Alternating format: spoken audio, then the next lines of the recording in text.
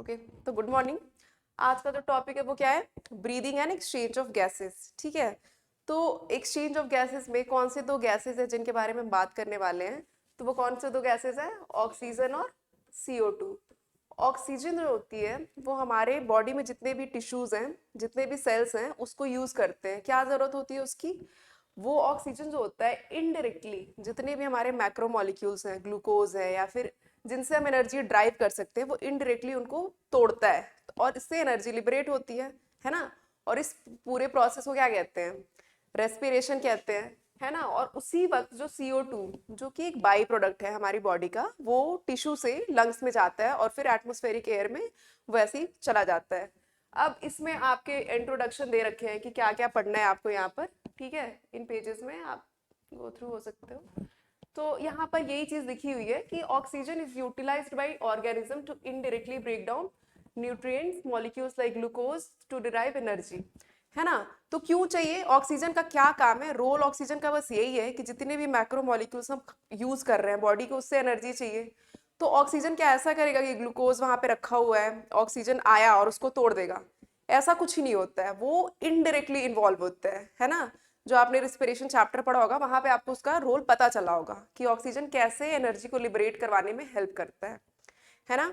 और यही एक डिफरेंस है ब्रीदिंग में और रेस्पिरेशन में। रेस्पिरेशन में क्या होता है कि ये एक पूरी की पूरी हमारी मैकेनिज्म है कि कैसे बॉडी जो है, हम जो भी मैक्रो न्यूट्रिएंट्स एब्जॉर्ब कर रहे हैं, जो भी मैक्रो न्यूट्रिएंट्स हम बाहर से ले रहे हैं, उससे एनर्जी कैसे बनती है।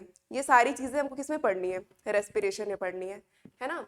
उसके बाद अब आप देखो कि इसका रिस्पिरेशन का क्या क्या स्टेप होता है, हम वो पढ़ते हैं कि कैसे कैसे रिस्पिरेशन को हम अचीव करते हैं। रिस्पिरेशन होता क्यों, वो तो हमें समझ आ गया कि जो भी मैक्रोन्यूट्रिएंट्स हम बाहर से यूटिलाइज कर रहे हैं उसको हमें तोड़ना है और उससे एनर्जी लिबरेट करवानी है। एनर्जी चाहिए भाई, जितने भी प्रोसेसेस आप परफॉर्म कर रहे हो, इवन आपके ब्रेन को चाहिए, आपके लंग्स को चाहिए, आपके हार्ट को चाहिए। तो एनर्जी तो प्राइमरी काम है हमारी बॉडी का कि एनर्जी चाहिए अगर हमें सरवाइव करना है तो रेस्पिरेशन हो कैसे रहा है, क्यों हो रहा है, वो हमें पता चल गया, एनर्जी चाहिए। अब रेस्पिरेशन कैसे कैसे होता है, क्या क्या प्रोसेसेस इसमें इन्वॉल्व होते हैं, वो पढ़ लेते हैं हम यहाँ पे। ठीक है, तो सबसे पहला जो होता है इसमें कि डिफ्यूजन ऑफ गैसेस। गैसेस कौन सी है? ऑक्सीजन और CO2। जब भी हम गैसेस रिफर करेंगे, यही दो गैसेस रिफर करेंगे। कौन सी? ऑक्सीजन और CO2। और transport of gases by blood. सबसे पहले क्या हुआ, जैसे कि हमने सर्कुलेशन में पढ़ा था कि जो भी डीऑक्सीजनेटेड ब्लड है ना। डीऑक्सीजनेटेड ब्लड का क्या मतलब हुआ कि जिसमें कि कार्बन डाइऑक्साइड है, वो बॉडी जो होती है डिफरेंट टिश्यूज से कलेक्ट करती है और कहाँ पे लेके जाती है? लंग्स में लेके जाती है। तो वहां पर क्या होता है? वही होता है, डिफ्यूजन होता है कि O2 जो होती है वो वापस से पूरे टिश्यूज में सर्कुलेट हो जाती है और CO2 जो है, जो कि वेस्ट प्रोडक्ट है, वो कहाँ चला जाता है? एल्वियोलाई में चला जाता है, फिर वहां से वो एटमॉस्फेरिक एयर में चला जाता है। तो वही बात लिखी है। और utilisation of O2 by the cells for catabolic reaction and resultant release of CO2। जो बात हमने पढ़ी वही चीज यहाँ पे लिखी हुई है कि बेसिकली क्या काम है कि जो भी एटमॉस्फेरिक एयर है ना, वही हमें ऑक्सीजन और CO2 दोनों ही, वही हमारा मीडियम है। तो हम क्या कर रहे हैं कि जो एटमॉस्फेरिक एयर से हमें ऑक्सीजन मिल रही है उसको हमें टिश्यू तक कैसे पहुंचाना है, और टिश्यू जो रिलीज कर रही है CO2 वो हमें लंग्स तक कैसे पहुंचाना है, यही प्रोसेस पढ़ना है। और ये दोनों किस प्रोसेस से हो रहा है? Mainly via diffusion. डिफ्यूजन से ही ये बॉडी से मतलब ब्लड से लंग्स में जा रहा है और लंग्स से फिर वापस ब्लड में आ रहा है ना। अब रिस्पिरेटरी ऑर्गन्स क्या क्या क्या होते हैं? तो जितने भी हमारे बॉडी में ऑर्गन्स हैं, है ना, उनका डिफरेंट डिफरेंट रोल होता है। तो रिस्पिरेशन के लिए मैमल्स में क्या पाया जाता है? मोर एडवांस क्या पाया जाता है? लंग्स में।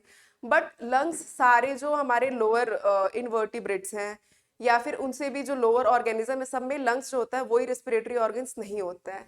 तो क्या क्या होते हैं रिस्पिरेटरी ऑर्गन्स, हम वो पढ़ लेते हैं। स्टार्ट करते हैं एकदम फर्स्ट फाइलम से, स्पॉन्जेस से। इसमें क्या होती है रिस्पिरेटरी सरफेस? इनकी जनरल बॉडी सरफेस। यहीं से इसमें क्या हो जाता है?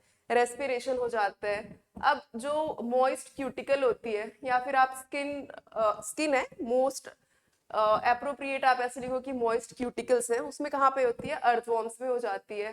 ट्रेकियल ट्यूब्स जो है उसमें इंसेक्ट्स में होती है ट्रेकियल ट्यूब, गिल्स में जो होती है एक्वेटिक आर्थ्रोपोड्स और फिशेस में होती है, और लंग्स जो होता है वो मैमल्स के लिए, रेप्टाइल्स के लिए और बर्ड्स के लिए रिस्पिरेटरी ऑर्गन है। ठीक है, मतलब यहाँ पर ये सारे ऑर्गन जो है इनका काम क्या है, एनर्जी को ही लिबरेट करना, क्या परफॉर्म करवाना, रेस्पिरेशन परफॉर्म करवाना, गैसेस को एक्सचेंज करना और एनर्जी को रिलीज करना। वो एनर्जी कहाँ पर यूज होगी, जितने भी मैक्रोमोलिक्यूल्स उनके बॉडी में हैं उसको वो तोड़ेंगे, उनके जो कॉन्स्टिट्यूएंट एलिमेंट्स होंगे, जो उनकी कॉन्स्टिट्यूएंट पार्टिकल्स होंगे उसमें वो तोड़ेंगे और वहां से एनर्जी लिबरेट हो जाएगी।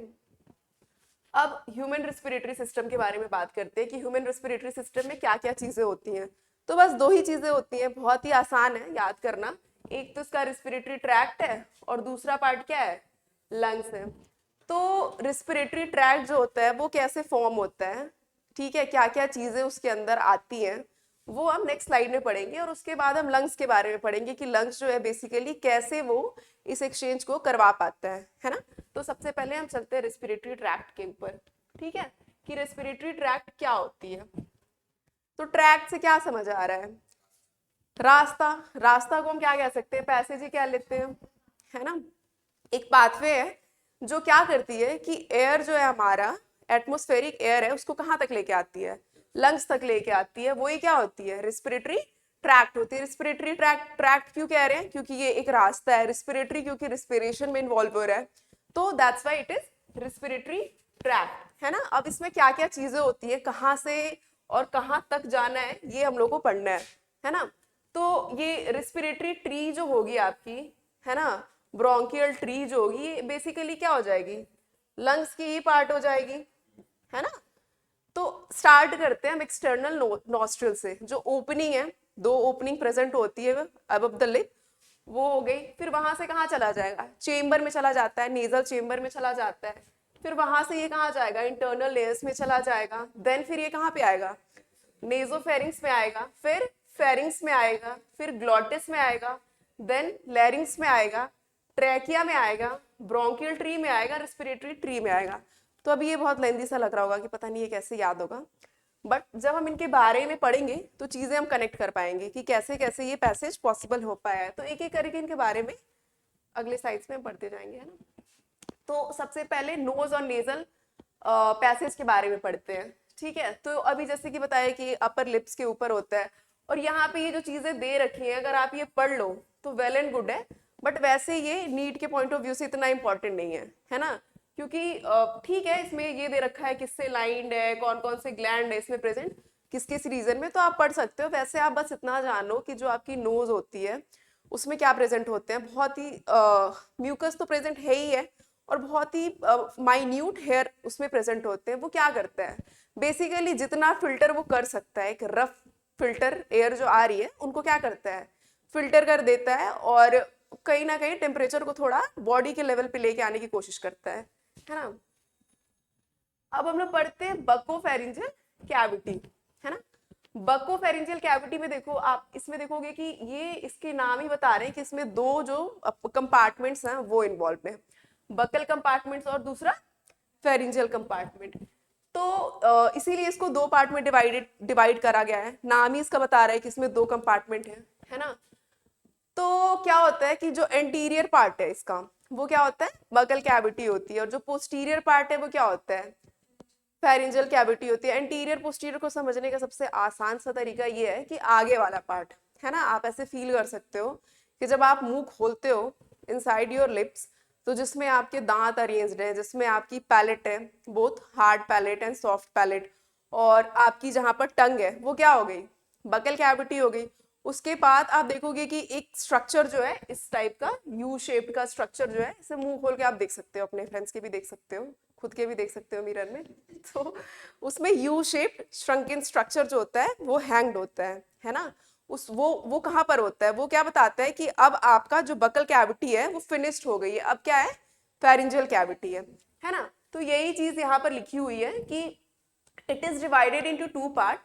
Anterior part is called buccal cavity and posterior part is called pharyngeal cavity. Between the buccal and the nasal cavity, hard palate followed by soft palate is present. The terminal part of soft palate is called uvula. जो अभी हम बता रहे थे कि इसमें palette होता है तो दो पार्ट में होता है। यू कैन फील, आप टंग को प्रेस करो तो आपको हार्ड और सॉफ्ट का डिफरेंस पता चल जाएगा। रूगी एरिया जो होती है वो थोड़ी हार्ड होती है, तो वो क्या हो गया, हार्ड पैलेट हो गया। देन फिर क्या हो गया, सॉफ्ट पैलेट हो गया। तो उसने वही कहा कि यूवुला पे आके क्या होगा, सॉफ्ट पैलेट जो होगा वो टर्मिनेट करेगा। अब इस यूवुला के बारे में क्या सिग्निफिकेंट है इसका, वो इसकी सिग्निफिकेंस के बारे में थोड़ा सा पढ़ लेते हैं। तो this divides pharyngeal cavity incompletely into two chambers. Upper chamber is the nasopharyngeal chamber and lower chamber is the oropharyngeal chamber. देखो यहाँ तक तो कोई दिक्कत नहीं होनी चाहिए कि बकल कैविटी क्या है और फेरिंजियल कैविटी क्या है। आगे वाली क्या है, बकल कैविटी है, पीछे वाली क्या है, फेरिंजियल कैविटी है ना। तो आगे वाला जो पोर्शन है बकल कैविटी, उसका जो सबसे लास्ट पार्ट है that is your soft palate, वो कहाँ पर एंड हो रहा है, यूवुला पे एंड हो रहा है। अब एक बात बताओ, एक ऐसा सा कंपार्टमेंट है ना, ये वाला जो है बकल कैविटी है तुम्हारा, और ये वाला जो है क्या है, फेरिंजियल कैविटी है ना। बकल कैविटी कहाँ पे एंड हो गया, यूवुला पे एंड हो गया। ऐसे यू शेप स्ट्रक्चर जो है वहां पे एंड हुआ। अब इस यू शेप स्ट्रक्चर ने फेरिंजियल कैविटी में क्या काम किया, बकल कैविटी और फेरिंजियल कैविटी को उसने पहले तो क्या कर दिया, अलग कर दिया। और फेरिंजियल कैविटी में पढ़ते हैं कि इस यूवुला का क्या रोल है। तो इसने क्या किया कि जो हमारी फेरिंजियल कैविटी है उसको इनकम्प्लीटली, ये वर्ड बहुत इंपॉर्टेंट है कि आपको ध्यान देना है कि ये जो दोनों चेम्बर्स होते हैं वो पूरी तरीके से कंप्लीट नहीं होते हैं। तो ये क्या होती है, इनकम्प्लीटली होती है। कौन कौन सी कैविटी, नेजोफेरेंजियल कैविटी और ओरोफेरेंजियल, सॉरी कैविटी नहीं, चेम्बर है ना। इसको कौन सेपरेट करता है, यूवुला। तो यूवुला दो चीजें कर रहा है, पहले तो बकल और फेरिंजियल को सेपरेट कर दिया उसने, टर्मिनल पार्ट, और दूसरा ये क्या कर रहा है कि ये जब फेरिंजियल कैविटी में आ रहा है तो उसको ऊपर और नीचे में डिवाइड कर दे रहा है, पहले आगे पीछे, अब ऊपर और नीचे। समझ आ गया यहाँ तक। अब नेक्स्ट में देखते हैं क्या है। अब जब हम स्वेलोइंग कर रहे होते हैं है ना, जब भी हम अपने हमारे माउथ के अंदर फूड जो होती है वो प्रोसेसिंग में रहती है, मतलब स्वेलोइंग हो रही होती है, तो यूवुला जो होता है वो ऊपर की तरफ चला जाता है ना। So prevents food from entering the nasal passage, है ना, ताकि फूड जो हो वो नेजल पैसेज में ना। कभी ऐसा देखा है खाना नाक में आ गया हो, मतलब ऐसे हो जाता है, कंडीशनली हो जाता है, बट ये नॉर्मली क्या करती है, प्रिवेंट करती है। नहीं तो हर टाइम आता है, आप जब खाते तो आपके नाक में ही आ जाता खाना, नेजल कैविटी में आ जाता है, बट ऐसा नहीं होता है क्योंकि यूवुला क्या होती है, ऊपर की तरफ लिफ्ट कर जाती है ना। तो बेसिकली यूवुला का क्या काम है, एक तो डिफरेंशिएट करना दोनों चेम्बर्स को, और दूसरा काम जो है वो फूड को नेजल चेम्बर में जाने से रोकती है ना। ये हो गया। अब हम बात करते हैं ओरोफेरिंजियल रीजन की। अभी हमने किसकी बात की, नेजोफेरिंजियल रीजन की। नेजोफेरिंजियल रीजन में जो खाना है उसको प्रिवेंट कैसे कर पा रहे हैं हम, यूवुला को ऊपर की तरफ लिफ्ट करा के। अब ओरोफेरिंजियल रीजन की बात करते हैं कि यहाँ पर क्या होता है। तो इसमें दो स्लिट लाइक अपर्चर होते हैं, ठीक है, डॉर्सल पे होते हैं और एक कहाँ पे होते हैं, वेंट्रल पे होते हैं। तो जो डॉर्सल पे होता है उसको हम क्या कहते हैं, गलेट कहते हैं, है ना। डॉर्सल पे जो होता है वो क्या होता है, गलेट होता है, और जो वेंट्रल होता है वो क्या होता है, ग्लॉटिस। कहाँ लिखा हुआ है ग्लॉटिस, ये क्या होता है, ग्लॉटिस होता है। तो डॉर्सल पे क्या होता है, गलेट होता है, वेंट्रल पे क्या होता है, ग्लॉटिस होता है। इन दोनों का क्या काम है वो हम पढ़ लेते हैं, ठीक है। जो गलेट है ये बेसिकली एक ओपनिंग है ना, जो कि पाइप में जाके ओपन हो जा रही है, और रिस्पेक्टिवली ये क्या इनको ट्रांसपोर्ट करना है वो ट्रांसपोर्ट कर रही है। तो किन कौन क्या कर रही है वो देखते हैं। गलेट जो होती है वो क्या ट्रांसपोर्ट करती है, फूड को, तो इसलिए ये फूड पाइप में ओपन होती है, विच इज योर ईसोफेगस। और जो तुम्हारी ग्लॉटिस है यहाँ से ये कहाँ पर ओपन होती है, लैरिंग्स में। तो ये जानना हमें बहुत जरूरी है क्योंकि दोनों के नाम भी जो है वो जी से स्टार्ट होते हैं, तो कोई भी कंफ्यूजन नहीं होनी चाहिए। ग्लॉटिस कहाँ पे खुलेगी, लैरिंग्स में, और गलेट कहाँ पर खुलेगी, ईसोफेगस में। तो ये चीजें थोड़ी ध्यान रखने वाली चीजें हैं, है ना। और near glottis a flat elastic cartilage called epiglottis is present. तो कभी कभी ना ऐसे एपिग्लॉटिस लिख के आएगा और उसमें बहुत सारे ऑप्शंस होंगे कि ये इनइलास्टिक कार्टिलेज है ना। कार्टिलेज कभी लिखेगा ही नहीं, कुछ और लिख देगा, मसल वगैरह लिख देगा। तो थोड़ा सा इस पे ध्यान ले लेना कि क्या है, इलास्टिक कार्टिलेज है, जो कि कवरिंग किसकी होती है, ग्लॉटिस की कवरिंग, और नाम क्या होता है, एपिग्लॉटिस। तो जब हम फूड को स्वेलो कर रहे होते हैं तो ये क्या करती है, कवर कर लेती है ओपनिंग को। कौन सी ओपनिंग है, ग्लॉटिस। तो ग्लॉटिस को एपिग्लॉटिस क्या करती है, कवर कर लेती है जब भी हम स्वेलोइंग कर रहे होते हैं, ताकि फूड जो एंटर ना हो पाए। ठीक है, ड्यूरिंग स्वेलोइंग ब्रीदिंग स्टॉप्स। ये एक बहुत ही बड़ी पॉइंट है, इसको इसको इसको बहुत ही स्टार मार्क आप कर सकते हो कि आपको एक ऐसी सिचुएशन दी जाए कि एक कंडीशन दी जाए कि एक यहाँ पर इंसान है और वो ऐसे बहुत बड़ा कंडीशन बना के और आपको 3-4 ऑप्शन दिए जाए और आप ऐसे कंफ्यूज हो रहे हो कि पता नहीं क्या होगा, अगर स्वेलो भी कर रहा है तो पता नहीं उसमें ब्रीदिंग कैसे हो रही होगी। तो आपको कंफ्यूज नहीं होना है, बिल्कुल याद रखना है कि जब स्वेलोइंग हो रही होगी तो ब्रीदिंग होगी ही नहीं। कोई भी ऑप्शन वो आपको दे दे, ये चीज आपको एकदम याद रखनी है कि नहीं होगा, उसमें शायद से नॉन ऑफ दीज भी रहेगा कि इसमें से कुछ होगा ही नहीं। और बहुत वैसे तैयार करते हैं क्वेश्चंस को, लगता है कि नहीं इसमें से ही कुछ होना चाहिए। तो आपको ये वाली चीज जो है वो याद रखनी है कि स्वेलोइंग के टाइम पे ब्रीदिंग नहीं होती है। अब हम लोग पढ़ते हैं फेरिंग्स के बारे में। अभी तक हमने क्या क्या पढ़ रखा है ना, रेस्पिरेटरी ट्रैक्ट में जो नॉस्ट्रिल है वो क्या करती है कि क्यूटिकल्स होते हैं, सॉरी उसके अंदर म्यूकोसा होती है, तो वो जो भी एयर आ रही है बेसिकली थोड़ा बहुत बहुत ज्यादा फिल्ट्रेशन तो नहीं होती है, उसके लिए तो उसको लंग्स में जाना पड़ेगा, बट जितना हो सकता है उस लेवल पे वो क्या करती है, फिल्टर आउट करके और भेजती है। दूसरा हमने क्या पढ़ा, दूसरा हमने पढ़ा बकोफेरिंजियल कैविटी। अब हम कहाँ पर आ गए, फेरिंग्स पे आ गए। अब देखते हैं कि फेरिंग्स का क्या रोल है। तो pharynx is the only part where food and air passage mix together. Pharynx is the common passage for food and air. तो थोड़ी सी चीजें थोड़ी थोड़ी हम पढ़ेंगे कि फेरिंग्स क्या है, एक ऐसा जगह है जहाँ पे विंड पाइप और फूड पाइप दोनों ही खुलती है, इनकी ओपनिंग वहीं पर ही होती है। लैरिंग्स क्या है, लैरिंग्स जो होता है वो वॉइस प्रोड्यूसिंग होता है ना। इसी से ही हमारी ये मतलब क्वालिटी जो वॉइस की है वो बेसिकली किसकी वजह से है, लैरिंग्स की वजह से है ना। तो ये क्या है, वॉइस प्रोड्यूसिंग ऑर्गन्स है। ठीक है, और ये कैसा बॉक्स होता है, ये भी कार्टिलेजिनस बॉक्स होता है। मतलब आप ना एक बारी जो चीजें एनसीईआरटी में मेंशन्ड है कि ये ऑर्गन जो है इसका ऐसा नेचर है, ये इस चीज से बना हुआ है, उस पर थोड़ा ध्यान दे देने की जरूरत है। क्योंकि कई बार क्या होता है, आंसर पता होता है कि हाँ इसका यही आंसर होगा, और बस ये छोटी सी बात के लिए वो गलत हो जाता है, तो नहीं करना है। तो ये भी क्या है, कार्टिलेजिनस बॉक्स है। और इसमें कौन कौन से कार्टिलेज होते हैं वो पढ़ना है। ये इतना इंपॉर्टेंट नहीं है कि आपको इनके बारे में एकदम नॉलेज होनी चाहिए, नहीं पढ़ना है, बट अगर आप नाम जान लो तो बहुत सही है। थायराइड कार्टिलेज होती है, क्रिकोइड कार्टिलेज होती है, आर्टिनोइड कार्टिलेज होती है, और कार्टिलेज ऑफ सेंटोरिनी होती है। इनके नाम से बस याद कर लो कि ये कार्टिलेज होते हैं।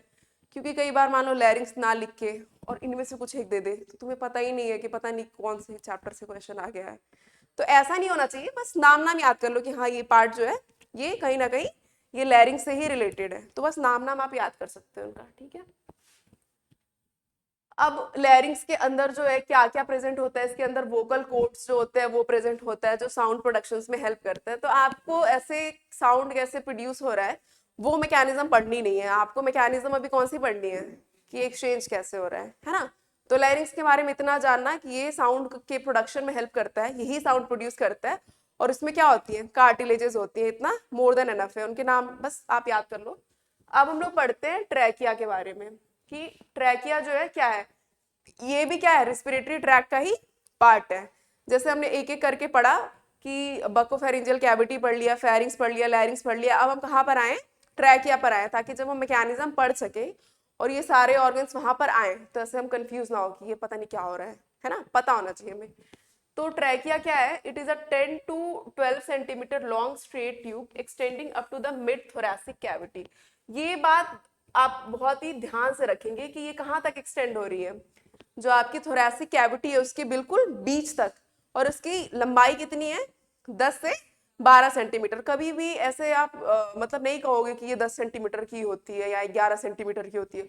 Always there is a range कि हाँ इस रेंज में ये पाई जा सकती है। ठीक है, अब इसके बारे में थोड़ा सा और पढ़ लेते हैं कि ट्रैकिया जो होती है इसमें क्या क्या चीजें और देखने को मिलती हैं। तो in the trachea 16 to 12 C shaped cartilaginous rings are present which prevent trachea from collapsing. अब देखो बॉडी में क्या होता है कि ऐसा तो है नहीं कि एक खाली सा स्पेस होगा जिसमें बस ट्रैकिया ही रन करेगी, ऐसा नहीं है, बहुत सारे वहां पे अदर स्ट्रक्चर्स भी हैं, तो कोलैप्सिंग के चांसेस रहते हैं, है ना। और अगर कोई एक्सीडेंट हो रहा है या फिर कुछ भी हो रहा है तो बॉडी की ऐसी मैकेनिज्म होती है कि इन सारी चीजों को प्रिवेंट किया जा सके, है ना।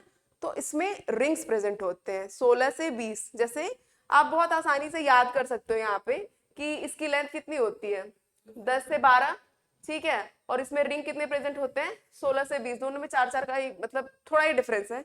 तो ये डेटा याद कर लो, कभी कई बार डेटा ही पूछ देते हैं और यहाँ पे ऐसे कुछ भी ऐसे लिख देंगे कि 20 से 25 होता है, या फिर लिख देंगे 25 से 30 होता है, या इसको लिख देंगे 10 से 15 होता है।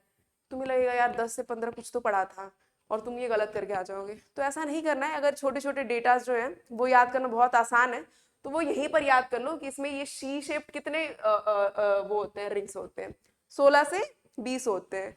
और ये रिंग्स जो होते हैं वो पूरी तरीके से कंप्लीट नहीं होते। फॉर एग्जाम्पल मैं अगर कहूँ कि एक रिंग बनाओ तो आप इस तरीके से कुछ बनाओगे, सॉरी ये गलत हो गया थोड़ा, आप इस तरीके का रिंग बनाओगे, बट ये जो रिंग्स होते हैं ये पूरी तरीके से कंप्लीट नहीं होते हैं, ये इनकम्प्लीट होते हैं डॉर्सल साइड से, है ना। ये वेंट्रली आपको ऐसा लगेगा, अगर आप सामने से देखोगे ट्रैकिया को तो आपको लगेगा कि हाँ एक रिंग जो है इसको चारों तरफ से घेर रही है, बट वो डॉर्सली क्या होते हैं, इनकम्प्लीट होते हैं, ठीक है।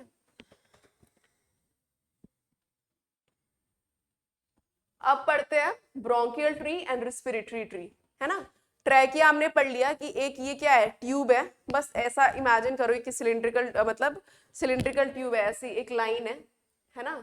यहाँ से नेजल चेम्बर से फेरिंग से होते हुए एयर इसके अंदर आया, है ना, और यहाँ पर कहीं हमारा लंग्स प्रेजेंट है, ठीक है। तो अब इस ट्रेकिया से लंग्स में कैसे जाएगा, ये जो तुम्हें पैसेज दिख रहे हैं इन्हीं के थ्रू जाएगा।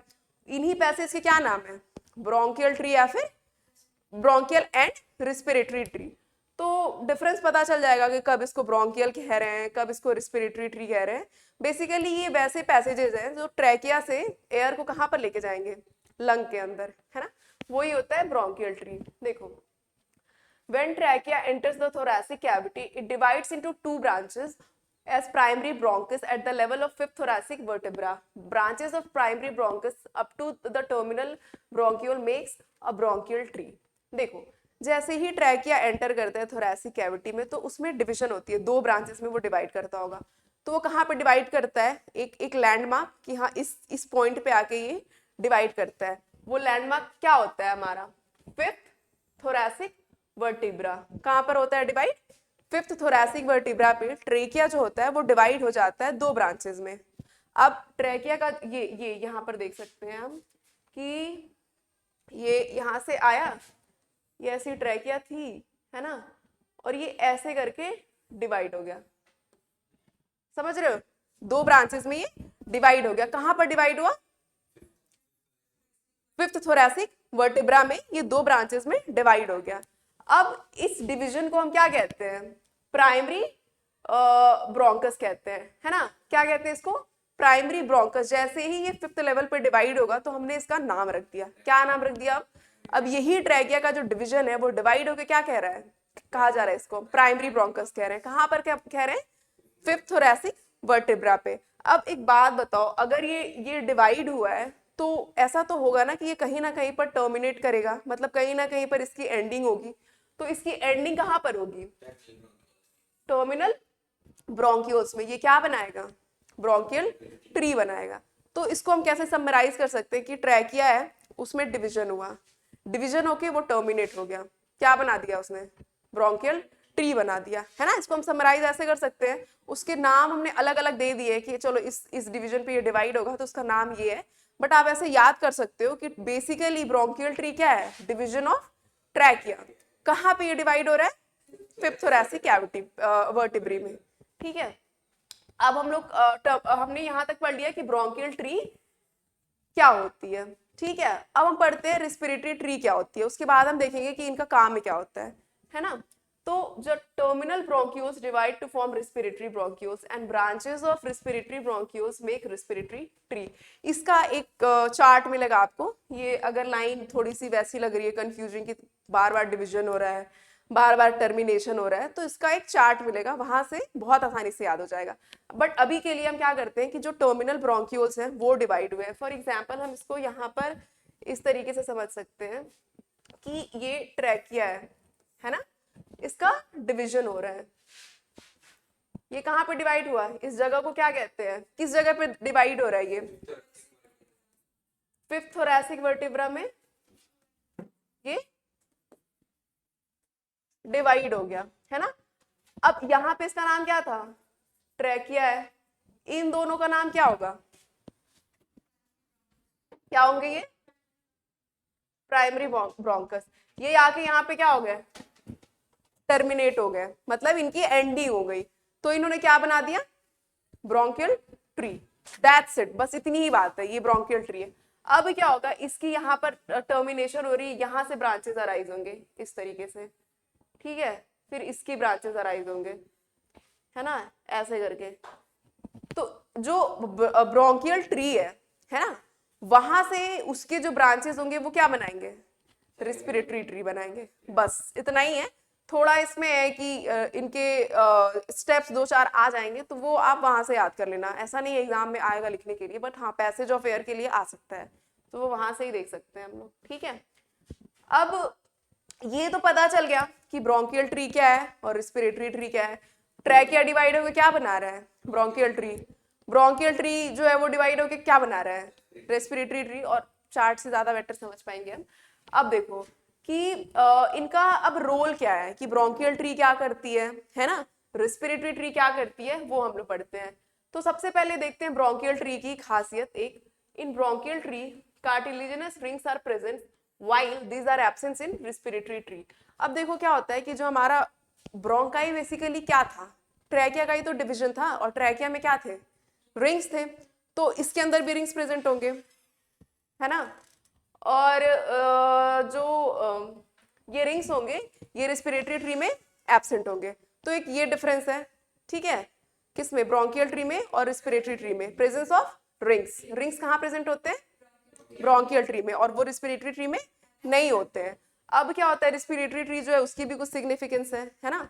तो उसमें क्या होता है, gaseous exchange occurs in respiratory tree while it is absent in the bronchial tree. अब क्या हो रहा है कि जो हमारा रेस्पिरेटरी ट्री है वहां पर क्या हो रहा है, गैसियस एक्सचेंज हो रहा है, मतलब जो चीज हम अचीव करना चाहते हैं कि जो CO2 है उसको हम बाहर की तरफ पुश आउट करें, और ऑक्सीजन जो है वो हम डिफ्यूज कराएं ब्लड में, और डिफरेंट डिफरेंट जो टिश्यूज हैं, ऑर्गन्स हैं, उनको दें, वो कहाँ पर हो रही है, रेस्पिरेटरी ट्री के अंदर में।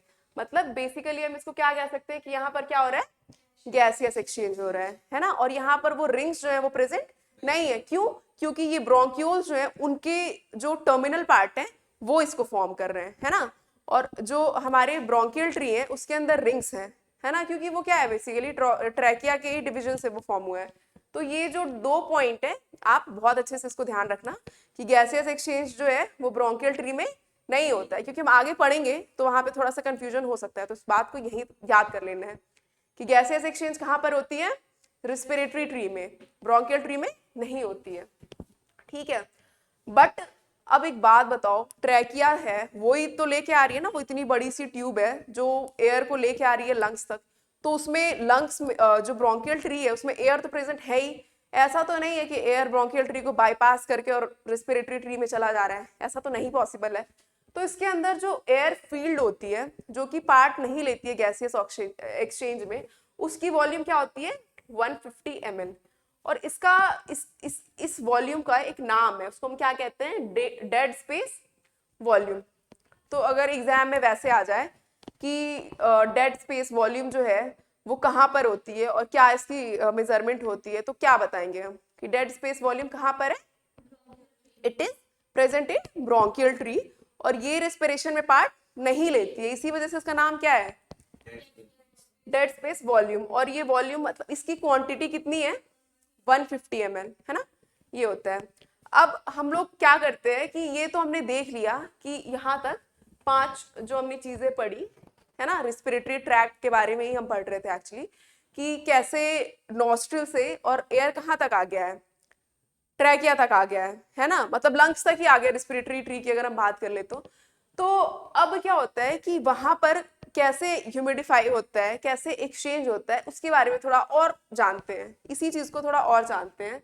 तो हम दो जोन्स को अभी इंट्रोड्यूस करेंगे, एक होता है हमारा कंडक्टिंग जोन और दूसरा क्या होता है, एक्सचेंज जोन। आई थिंक यहाँ तक के लेक्चर से आपको पता चल गया होगा कि इन दोनों के काम क्या होते हैं। कंडक्टिंग जोन कहाँ तक होगा, किस पार्ट तक होगा कंडक्टिंग जोन, ब्रोंकियल ट्री तक, है ना, क्योंकि वो गैसियस एक्सचेंज में तो पार्ट ही नहीं ले रहा है। और एक्सचेंज जोन क्या होगा, रेस्पिरेटरी ट्री। तो बेटर है एक ही याद कर लो, एक्सचेंज जोन क्या है, रेस्पिरेटरी ट्री, बाकी जो बच गया वो क्या है, कंडक्टिंग है। ठीक है, तो अब हम लोग पढ़ते हैं यहाँ तक, कंडक्टिंग जोन तक।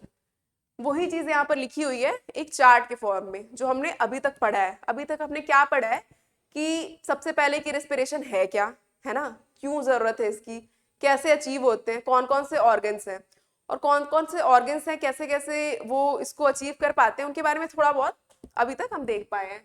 और हमें क्या यहाँ से क्या मिला है, कंडक्टिंग जोन। कंडक्टिंग जोन का बेसिकली क्या मतलब है, ये कंडक्ट करवा रहा है एयर को कहाँ से कहाँ तक, एक्सटर्नल नॉस्ट्रल से, मतलब बेसिकली एटमॉस्फेरिक ऑक्सीजन को कहाँ तक लेके आ रहा है, लंग्स तक लेके आ रहा है, ट्रैकिया तक लेके आ रहा है। तो वही चीज यहाँ पर लिखी हुई है, एक्सटर्नल नॉस्ट्रल्स है, वेस्टिब्यूल है, नेजल चैम्बर है, नेजोफेरिंग्स है, फेरिंग्स है, लैरिंग्स है और ट्रैकिया है। ठीक है, अब वही चीज यहाँ से कॉन्टिन्यूएशन उसकी पूरी की पूरी बनी हुई है। तो ट्रैकिया तक हमने पढ़ लिया था, ट्रैकिया का डिवीजन हुआ था, क्या बना था, प्राइमरी ब्रोंकाई। प्राइमरी ब्रोंकाई किस लेवल पे थी, फिफ्थ थोरैसिक वर्टेब्रा पे। अगेन वो सेकेंडरी ब्रोंकाई, सेकेंडरी ब्रोंकाई का मतलब अगेन वहां से ब्रांचेस अराइज हो रहे हैं, एक पहले उसका जो मेन ब्रांच था, फिर वहां से उसके और ब्रांचेस जो है वो निकल रहे हैं, टर्शरी ब्रांच हो रहा है, फिर टोटल पर्मुलरी ब्रोंक्यूल्स हो रहे हैं, और ब्रोंक्यूल फाइनली क्या हो जा रहे हैं, टर्मिनेट होके क्या बना दे रहे हैं, टर्मिनल ब्रोंक्यूल्स। तो उसको हम क्या कह रहे हैं, ब्रोंकियल ट्री। तो ब्रोंकियल ट्री बेसिकली क्या है, division of your trachea. Trachea divide होके कैसे टर्मिनेट हो रहा है ब्रोंक्यूल तक, वो क्या है, ब्रोंकियल ट्री। और ये किसका पार्ट है, कंडक्टिंग जोन का, है ना, ये कंडक्ट कर रहा है एयर को। अब हम पढ़ते हैं रेस्पिरेटरी जोन। ठीक है, रेस्पिरेटरी जोन का दूसरा नाम भी है एक्सचेंज जोन। अगर ऐसे एक्सचेंज जोन लिख के आ जाए तो ऐसे घबराना नहीं है कि ये कुछ और आ गया, ये कुछ और नहीं है, वही है, रेस्पिरेटरी जोन ही है। ठीक है, तो इसमें यहाँ पर क्या हो रहा है, एक्चुअल रेस्पिरेशन हो रहा है, यहाँ पे एक्चुअल एक्सचेंज ऑफ गैसेज हो रही है। क्या हो रहा है यहाँ पे, और वही कॉन्टिन्यूएशन है। अभी हमने क्या पढ़ा था, टर्मिनल ब्रोंक्यूल्स हो गए, अब रेस्पिरेटरी ब्रोंक्यूल हो गए, एल्वुलर डक्ट हुए, एट्रिया बने, एल्वुलर सैक से कहाँ पर आ गया, एल्वुलाई, मतलब बेसिकली कहाँ पर आ गया, लंग्स पर आ गया। तो यहाँ तक के लेक्चर में हमें क्या समझ में आया कि क्या, क्यों हो रही है रेस्पिरेशन, क्यों, कैसे, और कौन कौन से जोन्स हैं जो इन्वॉल्व हो रहे हैं। तो रेस्पिरेशन क्यों हो रही है सबको पता है, एनर्जी चाहिए बॉडी को, सारे काम करने के लिए एनर्जी ही चाहिए। तो उसका रीजन पता चल गया कि हो क्यों रही है ना, कैसे हो रही है, गैसेस को एक्सचेंज कर रहा है ना, और वहां से जो ऑक्सीजन आ रही है वो इनडायरेक्टली, ये वर्ड बहुत इंपॉर्टेंट है, इनडायरेक्टली क्या करता है, मैक्रोमोलिक्यूल्स को तोड़ के उनके कॉन्स्टिट्यूएंट पार्टिकल्स में और एनर्जी को लिबरेट करता है। अब ह्यूमन बॉडी के अंदर में कैसे कैसे रेस्पिरेशन हो रही है ना, कौन कौन से जोन प्रेजेंट है, बेसिकली वो हमने कंप्लीट कर लिया। अब हम क्या पढ़ते हैं, यहाँ तक पढ़ते हैं। अब एक्सचेंज जोन के बारे में थोड़ा सा और डिटेल में जान लेते हैं कि यहाँ पे और क्या होता है। कंडक्टिंग जोन के बारे में भी थोड़ा सा पढ़ लेते हैं। Exchange zone is the actual site of diffusion of O2 and CO2 between blood and atmospheric air. वही बात है कि यहाँ पे एक्चुअल क्या होता है, एक्सचेंज होता है, डिफ्यूजन से ही ये सारी चीजें होती हैं। कहाँ पर होता है, ये लंग्स के अंदर ही होता है। किसके किसके बीच में होता है, ब्लड और, यहाँ से ऑक्सीजन क्या होगा, निकलेगा, और यहाँ से ब्लड से क्या होगा, CO2 जो है वो वापस आ जाएगा। मतलब ऑक्सीजन जो है वो टिश्यूज को मिल जाएंगी, और CO2 जो है वो किसको मिल जाएंगे, लंग्स को, लंग्स उसको बाहर फेंक देगा। ठीक है, अब कंडक्टिंग जोन का क्या काम है, इसके बारे में थोड़ा सा पढ़ लेते हैं कि इसमें अभी तक हमें क्या पता चला है कि कंडक्टिंग जोन जो है वो कंडक्शन का काम करता है। एयर को उसने मतलब एटमॉस्फेरिक एयर को वो कहाँ तक लेके आया, हाँ मतलब लंग्स तक लेके आया। ठीक है, और भी कुछ काम है क्या इसके, वो हम देखते हैं कि कंडक्टिंग जोन के क्या क्या काम है। तो पहला काम तो इसका ट्रांसपोर्ट करने का है, जो बट ऑब्वियस है, तब से जो हम पढ़ रहे हैं वो काम है। दूसरा काम इसका क्या है कि it clear it's from foreign particle. तीसरा काम क्या है, ठीक है, और एयर को उसके बॉडी टेम्परेचर पे ले आना। तो 3 काम होता है कंडक्टिंग जोन का। पहला जो बहुत ही बट ऑब्वियस इतने लेक्चर में हमको वो बहुत ही क्लियर है कि वो ट्रांसपोर्ट करता है, उसका नाम भी सजेस्ट कर ही रहा है कि वो एयर को लेके आता है।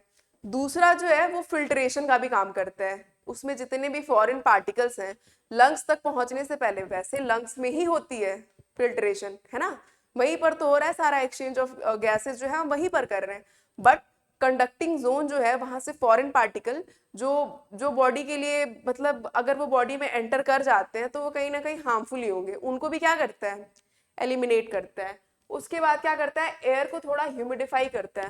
ह्यूमिडिफाई कैसे करता है, क्योंकि वैसे ही म्यूकस मेम्ब्रेन ऑलमोस्ट हर जगह प्रेजेंट होती है, तो थोड़ा सा एयर जो है वो ह्यूमिडिफाई भी हो जाता है। और जो टेम्परेचर होता है एयर का एटमोस्फेयर में और बॉडी में, वो क्या होता है, अलग अलग होता है, तो उसको वो बॉडी के टेम्परेचर पर लेके आता है। तो 3 काम होता है, ट्रांसपोर्ट करना, फॉरेन पार्टिकल को एलिमिनेट करना, एयर को ह्यूमिडिफाई करना और नॉर्मल बॉडी टेम्परेचर पे लेके आना। ये इसका काम होता है कंडक्टिंग जोन का। और रेस्पिरेटरी जोन का बेसिकली क्या काम है, एक्सचेंज ऑफ गैसेस, ठीक है। अब पढ़ते हैं लंग्स। एकदम स्टार्टिंग जब ये लेक्चर स्टार्ट हुआ था तो हमने ऐसे पढ़ा था ह्यूमन रेस्पिरेटरी सिस्टम में कि 2 चीजें होती हैं, क्या होती है, रेस्पिरेटरी ट्रैक, लंग्स। तो रेस्पिरेटरी ट्रैक जो है वो खत्म हो चुका है। कहाँ तक खत्म हो गया वो, रेस्पिरेटरी ट्री तक, हाँ, एल्व्यूलाई, एल्व्यूलाई तक हमने पढ़ लिया कि एयर जो है वो एल्व्यूलाई में आ गया, है ना। अब हम पढ़ते हैं कि लंग्स जो है, लंग्स कैसे कहाँ पर प्रेजेंट होता है, क्या क्या कवरिंग होती है, इसके क्या क्या फंक्शंस हैं, उसके बारे में थोड़ा पढ़ लेते हैं। और ये बिल्कुल एनसीईआरटी के लाइन ही यहाँ पर लिखे हुए हैं कि a pair of lungs are present in the thoracic cavity. Lungs are covered by a double membrane which is called pleural membrane. तो यहाँ पे ये चीज देखना है कि प्लूरल मेम्ब्रेन जो होती है वो क्या होती है, डबल मेम्ब्रेन होती है, ठीक है। प्लूरल मेम्ब्रेन कैसी होती है, डबल मेम्ब्रेन होती है, मतलब 2 मेम्ब्रेन है उसके अंदर, एक बाहर की होगी और एक अंदर की होगी। तो जो आउटर मेम्ब्रेन है उसको हम लोग क्या कहते हैं, पैराइटल प्लूरा, और जो इनर मेम्ब्रेन है उसको क्या कहते हैं, विसरल प्लूरा। वैसे भी याद कर सकते हो, वैसे ये कोई रूल नहीं है हार्ड एंड फास्ट, आप याद रखने के लिए ऐसे याद कर सकते हो कि ये सारे जितने भी हमारे ऑर्गन्स हैं, लंग्स हो गया, लीवर हो गया, हार्ट हो गया, ये सारे के सारे जो है ये विसरल ऑर्गन्स ही हैं, है ना। तो जो इनर वाला कवर होगा वो लंग्स के ज्यादा करीब होगा, आउटर वाला तो दूर होगा, तो लंग्स के ज्यादा करीब है और विसरल ऑर्गन है ही, तो उसका नाम क्या है। मतलब ये याद रखने के लिए सिर्फ, कि आप ऐसे एग्जाम में कंफ्यूज ना हो कि पैराइटल अंदर था कि विसरल अंदर था, ऐसे नहीं। वैसे आपके अगर कुछ और ट्रिक है तो आप वो यूज कर सकते हो, बट ऐसे आप बहुत आसानी से याद कर सकते हो, है ना, कि जो अंदर वाला है वो क्या है, विसरल है, और जो बाहर वाला क्या है, और इन दोनों और ये डबल मेम्ब्रेन स्ट्रक्चर होता है, ठीक है। Both of these membranes are derived from the mesoderm, है ना। ये सारी चीजें आप एक बार सारे दूसरे चैप्टर्स में आप हार्ट का भी देख लो कि उसकी कवरिंग जो होती है वो कहाँ से निकलती है, किडनी का भी देख लो, तो इससे क्या होगा, आप मतलब कनेक्ट कर पाओगे कि अच्छा ये मेसोडर्मली डिराइव्ड है, ये एंडोडर्मली डिराइव्ड है, ये एक्टोडर्मली डिराइव्ड है, 3 ही होते हैं। तो ये जो कवर होती है वो कैसी होती है, मेसोडर्म। 2 ही चीज इसमें अभी तक हमने देखा कि मेसोडर्मली डिराइव्ड है और डबल मेम्ब्रेन है। अंदर वाला क्या होता है, विसरल, बाहर वाला क्या होता है, parietal. The outer parietal membrane is in close contact with the thoracic lining, whereas the inner membrane is in contact with lung surface. And between both these membrane, a very narrow cavity called pleural cavity is present. अब देखो बहुत ही but obvious है कि जो outer वाला portion है lungs का वो थोरैसिक कैविटी के क्लोज कांटेक्ट में होगा, क्योंकि लंग्स तुम्हारा कहाँ पर प्रेजेंट है, थोरैसिक कैविटी में ही प्रेजेंट है। तो आउटर वाला जो पोर्शन होगा वो किसके क्लोज होगा, थोरैसिक कैविटी के, और जो इनर वाला कवरिंग होगा वो किसके क्लोज होगा, लंग्स के क्लोज होगा। अब देखो ऐसे समझो कि ये तुम्हारा लंग्स है, ठीक है, और इसमें 2 कवरिंग है, ये जो है तुम्हारी अंदर वाली कवरिंग है, और इसको हम दूसरे कलर से देखते हैं यहाँ पर, और ये जो है वो कैसी है, बाहर वाली कैविटी है, ये तुम्हारा लंग्स है ना।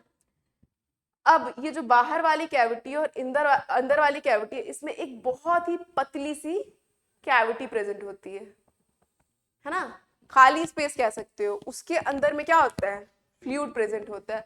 तो उस फ्लूइड का क्या नाम है, उस फ्लूइड का नाम क्या है, प्लूरल फ्लूइड। अब इसका भी कुछ सिग्निफिकेंस होगा, है ना, तभी तो वहां पर प्रेजेंट है।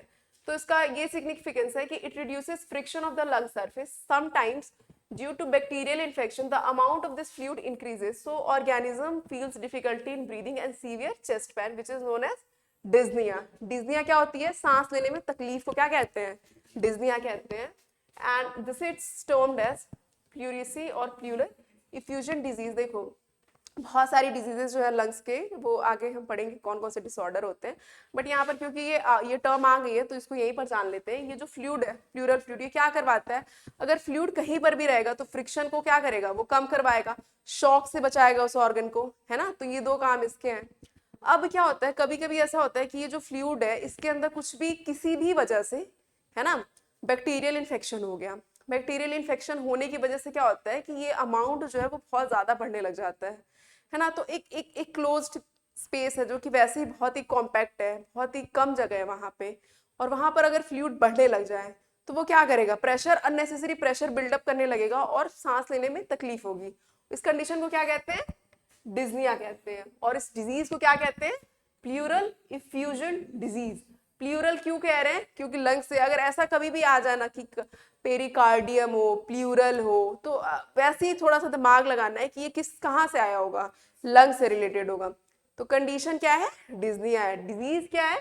Plural effusion disease. क्या होता है इसमें? अमाउंट ऑफ प्लूरल फ्लूइड घट जाता है, बढ़ जाता है?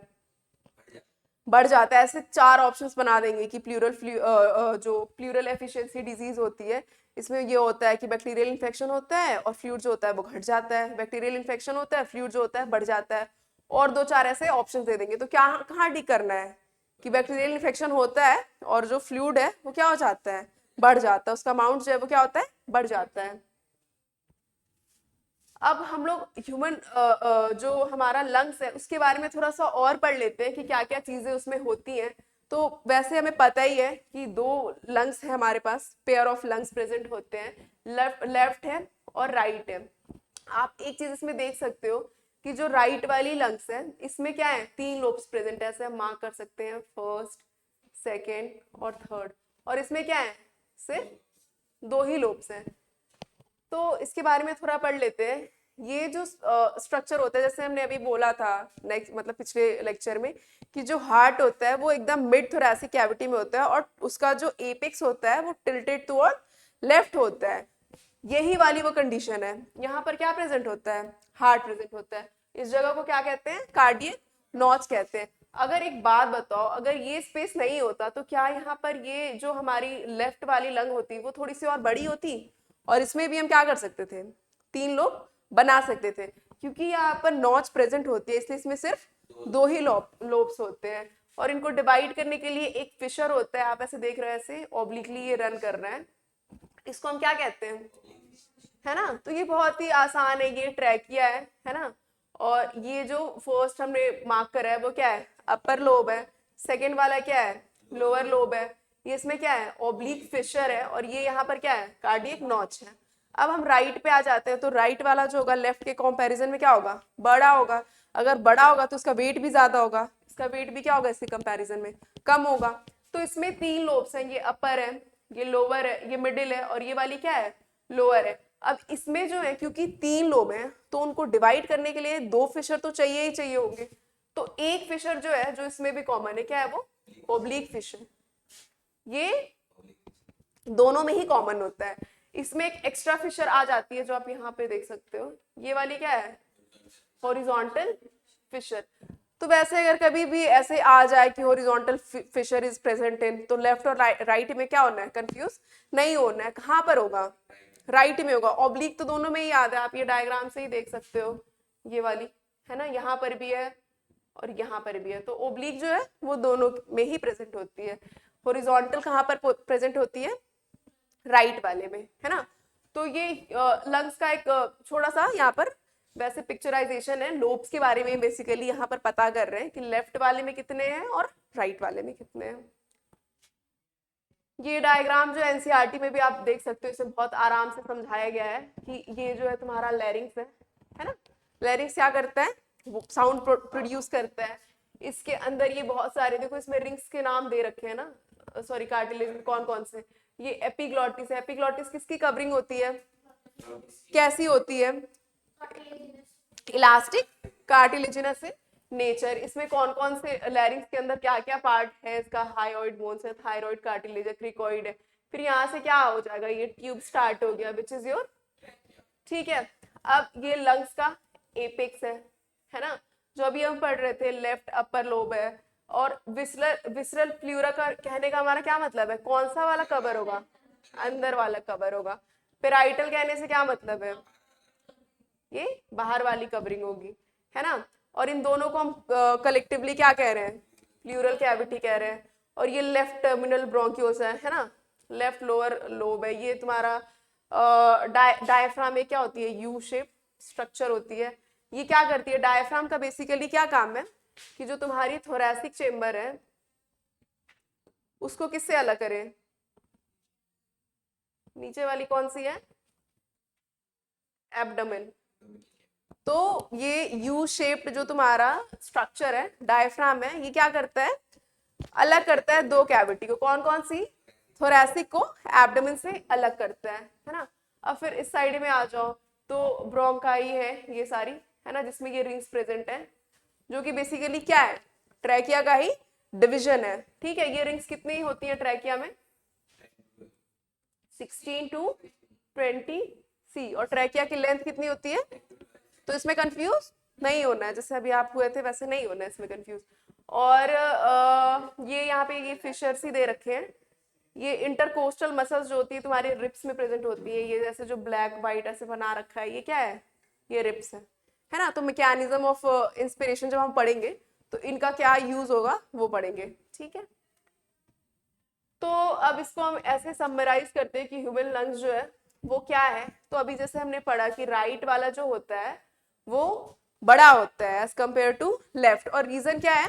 क्योंकि लेफ्ट वाले में कार्डियक नॉच की वजह से वहां पर स्पेस नहीं होती है, एक और लोब नहीं होता है। तो इसका वेट अगर याद कर लो तो बहुत अच्छी बात है, ये 625 ग्राम होता है। और लेफ्ट वाले का वेट कितना होता है? 575 ग्राम होता है। और बट ऑब्वियस है क्योंकि साइज में ये बड़ा है तो इसका वेट भी बड़ा होगा, ये साइज में छोटा है तो इसका वेट भी कम होगा। अब इसमें 3 लोब्स होते हैं, कौन कौन से?